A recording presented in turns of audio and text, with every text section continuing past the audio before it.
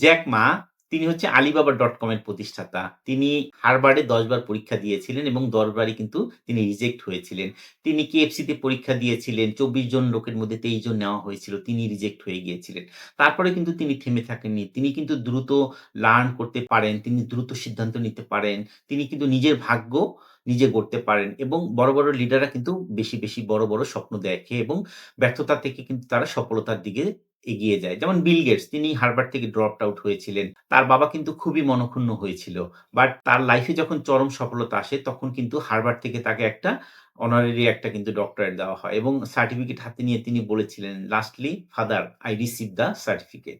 তারপরে Steve jobs তিনিও কিন্তু একটা কলেজ থেকে ড্রপড আউট হয়েছিলেন। বাট তিনি যখন অ্যাপল প্রতিষ্ঠা করেন তখন ২০০৫ সালে তিনি বলেছিলেন যে আসলে অ্যাপল থেকে তাকে ১২ বছর আগে একটা সময় তো বের করে দেওয়া হয়। এটাই তার জীবনের সবচেয়ে সঠিক একটা পদক্ষেপ ছিল। মানে তাকে বের করে দেওয়া হয় এবং ১২ বছর পরে তিনি আবার ঘুরে দাঁড়ান। এই যে ব্যর্থতা থেকে যে সফল হওয়ার দৃষ্টান্ত এটাই তার জীবনের সবচেয়ে বড় একটা টার্নিং পয়েন্ট ছিল।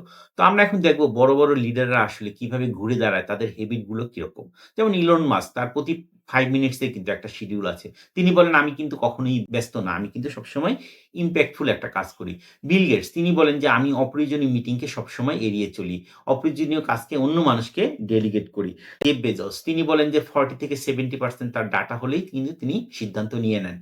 তিনি বলেন যে, "আমি কখনো পারফেক্ট হতে চাই না। আমি একটা জিনিসকে সিদ্ধান্ত নেওয়ার পরে ওটাকে পারফেক্ট করে তোলার চেষ্টা করি।" ওয়ারেন বাফেট তিনি বলেন তিনি প্রতিদিন ৫ থেকে ৬ ঘন্টা লেখাপড়া করেন এবং কোন জিনিস যদি খুব অ্যাবসোলিউটলি দরকার না হয় সেই জিনিসটাকে কিন্তু তিনি নো বলে দেন। এরপরে সাত্যে নাদেলা তিনি সবসময় বলেন যে, "নো ইট অল" এই মাইন্ডসেট থেকে লার্ন ইট অল এই মাইন্ডসেটে যেতে হবে। মানে হচ্ছে যে আপনি সবকিছু জানেন এই ভান না করে আপনি সবকিছু শিখতে পারেন এই মাইন্ডসেটে আমাদের যেতে হবে। স্টিভ জবস তিনি বলেন যে, "আমি কোন কাজ করব এটাই শুধু ফোকাস না। আমি কোন কাজ করব না এটাও আমি ফোকাস করি।"